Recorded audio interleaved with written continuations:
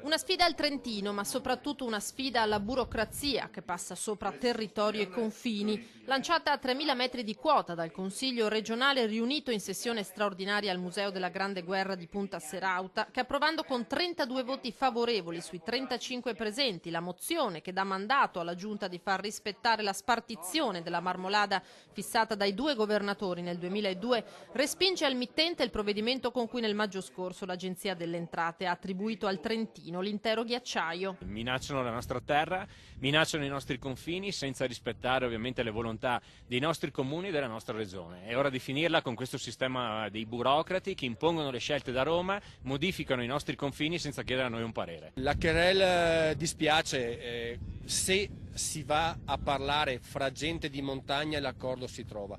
Quando si mettono in mano a dei burocrati decreti o sentenze, purtroppo la giustizia non ne esce mai, diciamo, limpida. Quindi è bene che la gente di montagna si parli per dirimere le questioni. Sventola a 3.000 metri il vessillo di San Marco, ma la riconquista della Marmolada non è ancora compiuta.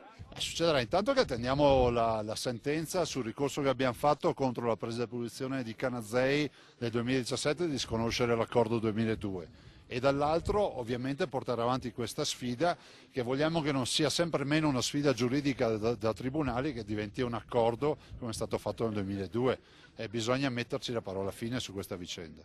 Una rivendicazione di carattere innanzitutto storico, dice il sindaco di Rocca Pietore, ma in ballo c'è anche la costruzione di una seconda funivia che metterebbe a rischio il riconoscimento di patrimonio UNESCO per il territorio. Io credo che possiamo, come ha detto il Presidente Zaia, sederci a un tavolo e capire un attimo cosa vogliono fare loro e cosa non vogliamo che facciano noi, quindi il tavolo dovrebbe riuscire a mettere d'accordo le due parti in maniera che ne esca bene sia l'una che l'altra senza pestarci i piedi più di tanto. Credo che l'unica cosa sia metterci attorno a un tavolo con la provincia di Trento e il comune di Canazei.